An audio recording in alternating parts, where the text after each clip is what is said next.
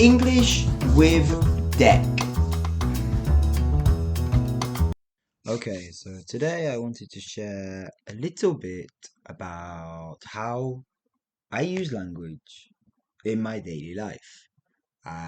So that's with my students, with my colleagues, for my other job, for with my family, friends, neighbors, co-workers, of course, and yeah, other people in the community.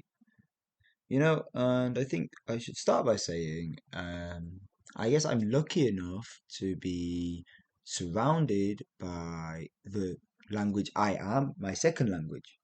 So I do appreciate how lucky that is.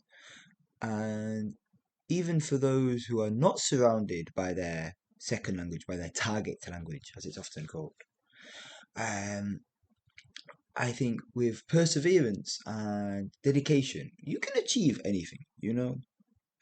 But that's motivational conversation like that. That's for another day. Yeah. So, on my daily life. Okay. So with my family, my wife, who is Japanese, and we have two daughters. One who will be 6 this month, and the other one will be 1 this month. So, the oldest is obviously very, very talkative, and the second one is still developing her language. Even a single, more than a single word.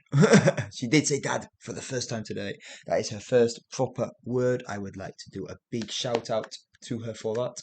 She did her first word. I am very proud of that. So a big woohoo! She is in the other room though, so I don't want to wake her up. Otherwise, all hell will break loose. No, if she does wake up though, I will need to pause and then jump back in.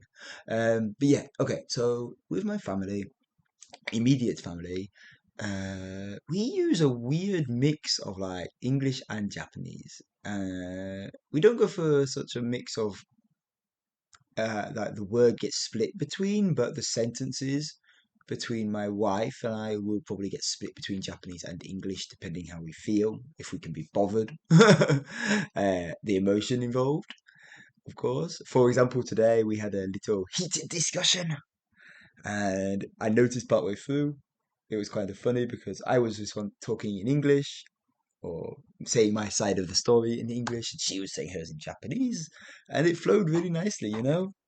There are other times when I'm determined to use my Japanese, and she'll be determined to use her English, whether it's for a discussion, a heated discussion, or just a general topic, anything. So yeah, we can all switch it that way. However, with my daughters, I tend to 99% of the time use English unless unavoidable. I am still a bit umming and ahhing about how to do that with friends. Of course, if they can't speak English, I will obviously use Japanese. I know some people will use Japanese to the kids' friends and then English to their children. However, I find that a bit tricky, and sometimes I think my daughter, I don't know. Anyway, that's a pretty tough one. I need to do more research myself into that. But yeah, so my daughters I speak to in English. My wife I speak to in Japanese or English, depending on how I feel at the time. My immediate family in law. Now, I am very lucky as several members of them, speak English fluently. So I have no issues communicating in either language there. I do tend to go for Japanese these days. I probably should use a bit more English, so they get a chance to speak it. But they're also happy just to support me and be patient. So, yeah, I should use more English there though, just to give them a chance to practice their English or use their English even. Okay, so that's my family. Now, my colleagues in my secondary job are all Japanese speakers who speak no English.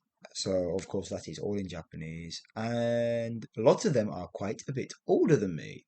In fact, they're all quite a bit older. So, there is sometimes like the generational gap. which comes up. Now, whether that's with vocabulary, topics, or even just general way of speaking, there can be a bit of a clash there. But generally speaking, it's not an issue, and it's a great way for me to use Japanese.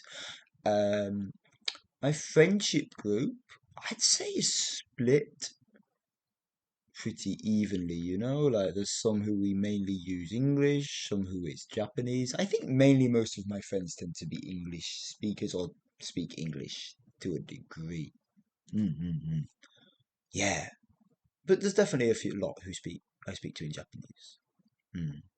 It's and yeah, and then obviously the community around me. Now I live in the countryside of Japan, which means that majority of people don't speak English, don't want to, can't. It doesn't matter. Which means I'm put in a position where I have to speak Japanese to people. Now, I want to also preface what I'm about to say by also saying my Japanese is not the best at all. It's great for daily conversation. Like I said, I actually work with it.